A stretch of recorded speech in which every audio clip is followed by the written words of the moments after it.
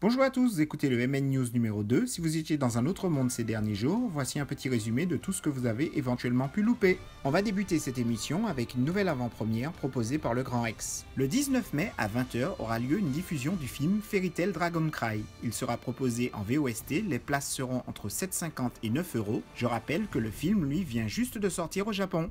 Les éditions Akata avaient annoncé le lancement de sa collection Soshoujo consacrée au roman. Le premier titre est la déclinaison du manga Orange, son prix 12,99. Le volume 1 est prévu en juin et le 2 en novembre.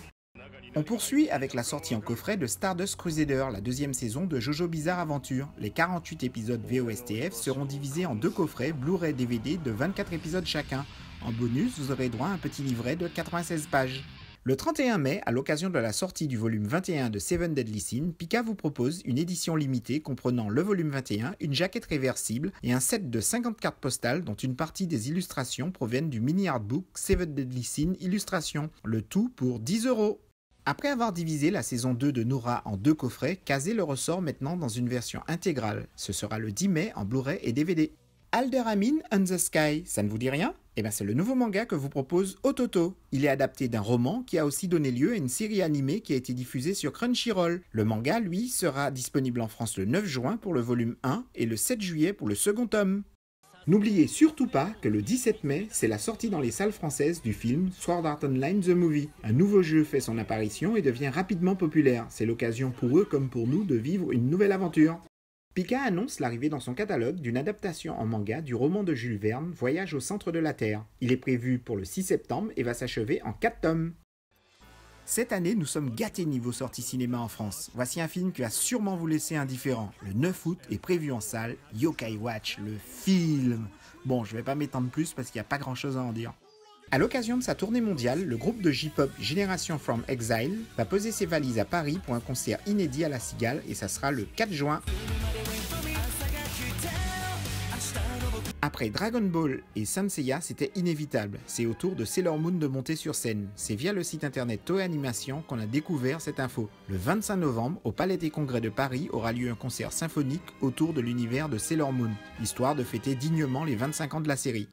Toujours sur le site Toei Animation, j'ai trouvé une info inutile, histoire de vous faire peur. La bijouterie haut de gamme, Nous sommes des héros, a imaginé des bagues inspirées de Saint Seiya les Chevaliers du Zodiaque. Des modèles faits à partir des casques des 12 Chevaliers d'Or. Ils sont disponibles en bronze, en argent et en or. Jusque-là, tout va bien. Je vais rajouter que certaines de ces bagues sont limitées à 10 exemplaires. Et là, je vous annonce le prix de la Hayam Leo, en or 18 carats, 2500 €. Si vous êtes pauvre, vous pouvez toujours vous rabattre sur celles en argent et en bronze. En bref, dans l'actualité, il y a eu aussi Glénat qui a publié le visuel de la jaquette One Piece 83 Collector 20 ans. Ils ont aussi annoncé 13 Blade, l'ultime guidebook de Bleach.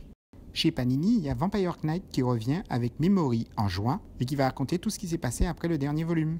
Pour Kyun, c'est le manga Remember qui va être adapté en une série animée de 10 épisodes de 3 minutes pour smartphone.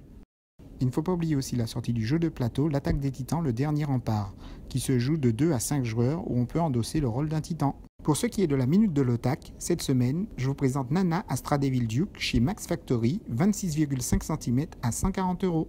Il y a aussi Natsu, Grey et Lucy chez Tsume, 14 cm à 19,99 €. Pour ce qui est des nouvelles du Japon, nous allons commencer par Code Geass. Pour célébrer le 10e anniversaire de la licence, 3 films récapitulatifs des 2 saisons ont été annoncés, ainsi qu'une suite, Code Geass le Louche Revival. Sunrise a dévoilé officiellement ce trailer avec les premières images de cette suite. Si vous êtes fan de The Ancient Magnus Bride, en ce moment à Akihabara a lieu une exposition. Elle va durer jusqu'à la fin du mois et vous pourrez y voir beaucoup de tableaux et d'objets. L'exposition se conclut par une petite boutique de goodies. Ce n'est pas le meilleur moyen de découvrir le manga You Are in April, mais sachez qu'il va être bientôt adapté en pièce de théâtre. Pour fêter les 200 millions d'exemplaires de livres de Rumiko Takahashi vendus dans le monde, une série de marque-pages est offerte actuellement dans certaines librairies au Japon. 5 modèles ont été proposés. Urusei Yatsura, Maison Ikoku, Ranma 1/2, Inuyasha et Rinne. Un autre auteur de Shogakukan va commémorer ses 200 millions d'exemplaires de livres vendus. Gosho Aoyama, l'auteur de Détective Conan. Un site web gratuit a été ouvert pour l'occasion. Vous pourrez créer votre portrait à partir du style Détective Conan. Un nombre de combinaisons incroyables est possible. Si vous n'y arrivez pas, c'est que vous n'y avez pas été. La suite de la série High School, diffusée sur Wakanim, arrive en salle au Japon le 17 juin. Je rappelle que le roman est disponible en France chez Ofelb. Si vous êtes très fan de l'Attaque des Titans et qu'en plus vous avez beaucoup de sous, Material Crown, une chaîne de bijouterie japonaise, vous propose d'acheter plein de trucs très chers. Une bague en argent à 11 800 yens, un collier en argent à 15 000 yens, etc. Réservation jusqu'à mi-mai, livraison en août. Le magazine Kokoro Comics de Shogakukan fête ses 40 ans. C'est un recueil de mangas rempli de licences hyper connues, type Zelda, etc. À cette occasion, un café éphémère s'est ouvert au Tokyo Solomachi. En plus des plats inspirés de licences connues comme Pokémon, Beyblade, Yokai Watch, etc., il y aura une boutique de goodies inédite. Et quelques dédicaces sont prévues, dont une à la Tokyo Skytree. La 6e génération Yu-Gi-Oh! Est en marche. Elle arrive bientôt au Japon sous le nom Yu-Gi-Oh! Vren. Elle est prévue pour le 10 mai. Voilà, et je vous donne rendez-vous dans une semaine, mercredi prochain.